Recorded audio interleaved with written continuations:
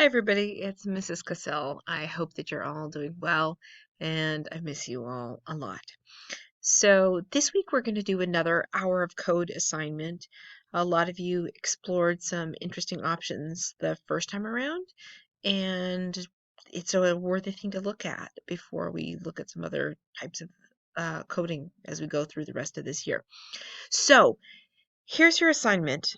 It's the same idea. You're going to look at the Hour of Code website. Those instructions are there. You can read them, follow them, click them, and watch the video from the first time if you want.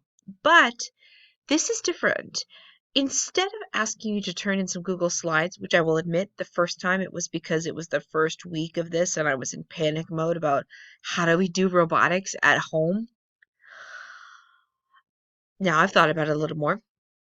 When you complete your hour of code, there are three options for what you can turn in, and I want to show you how they work. So first, you can go ahead and make a copy of this hour of code slides like you did the first time. Remember, all the directions are here. I still think it's a good idea to open these because what you're going to submit has to be about these, answering these questions anyway. So again, you're going to choose something from the Hour of Code site. You'll go and describe which one did you pick, what's it about,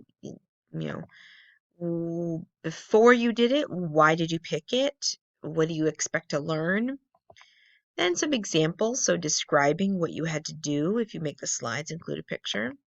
And then afterwards, describe how it ended, what the outcome was. Did you learn what you predicted? Did anything surprise you? So uh, that's the basic questions. Those are the basic questions you need to answer for this particular assignment. But you don't have to complete the slides if you want. For some of you, you've been doing a lot of reading and writing for all of your classes, and more reading than writing than we would ever have done for this class. So if you really enjoy reading and writing, you can continue to turn in this assignment that way, either by making the slides, or if you go up to the top here and you click Submit Assignment. I'm on my big computer right now, so it looks a little different than it does on a Chromebook, right? You usually have file upload, and then they have Google Drive, and Google Doc is in here, right? But you'll notice you have a couple choices for how you can submit this assignment. If you're going to submit the slides, you want to use Google Doc or Google Drive, right? This tool is not available while masquerading. Because I'm not a real student in the class, apparently I'm masquerading as one. That's pretty cool. So, let's say that you decide you're going to record a video instead. You're going to make a video that's about what you did. So some of you might choose to use technology for that. You might use an app or a service. I use something called Screencast-O-Matic to record all of these videos that I make for you.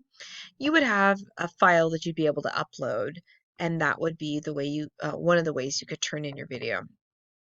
If you're somebody who really loves the writing aspect and you're like, man, I would really love to just, bang out a couple paragraphs that are in answer to these questions that were in the slides instead, you can click text entry, and then you'll be able to type in there your answer to the questions that are presented in the slides. You can also use this media tab. Now, this will allow you to record or upload media. So you can turn it on and say, please use my microphone. You'll notice that it's testing my microphone right now, and I can turn on the webcam if I want.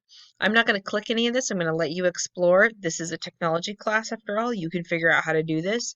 I think if I, turn it on, it's going to interfere with this screencast I'm doing. Or you can do upload media. So you could upload an audio file, just a recording of you talking.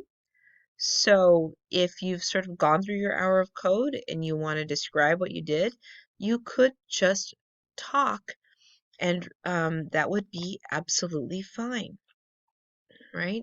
You can also just record sound as well. Oh, here, heck, I'm going to click it. Oops, if I operated. Yeah, you could do no video and just mic. You could just record an audio recording of you answering these questions. So you don't even have to put your face in there, although I miss seeing your faces. You could also upload a video. So this is another way to turn in something. Instead of having to make a bunch of Google Slides or type, if you would prefer to do a spoken answer to this question or a video answer to this question, feel free to do so. All right, so that's another option, and I hope that some of you take me up on it. All right, so looking forward to see what you did. I really enjoyed looking at the hours of code that you guys did the first time around. All right, I miss you. Take care. Keep learning.